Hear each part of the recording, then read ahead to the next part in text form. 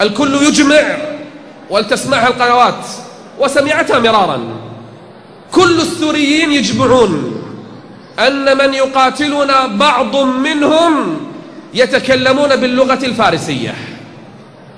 إيران، وراءها روسيا، الصين، ما يسمى بحزب الشيطان في لبنان، جيش المهدي، مقتدى الصدر، فيلق بدر، كل هذه الأمم تداعت على الأطفال والنساء. يا أمة الإسلام، يوشك أن تتداعى عليكم الأمم، وكأن الحديث فيهم يوشك أن تتداعى عليكم الأمم كما تتداعى الأكلة على قصعتها.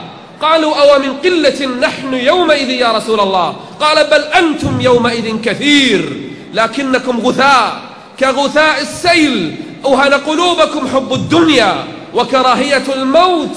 لكن تخرج طائفة في هذه الأمة تعيد لها عزتها بإذن الله.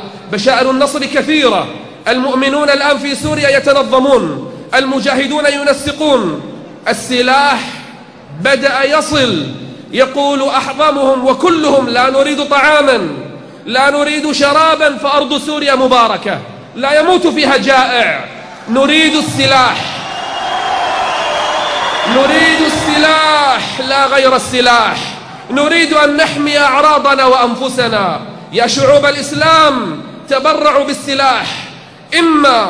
ورسالتي أخيرة إلى قادة المسلمين، رسالتي الأخيرة إلى قادة المسلمين: إيران الآن تقاتل بكل صراحة، بجنودها، بسلاحها، بخبراتها، بأذنابها في الخليج يقاتلوننا. فيا قادة الإسلام، إما أن ترسلوا الجيوش لنصرة شعبنا المسلم في سوريا، إما أن ترسلوا الجيوش، وإما أن تسلحوا الجيش الحر، وإلا فالكل خائن. والسلام عليكم ورحمة الله وبركاته.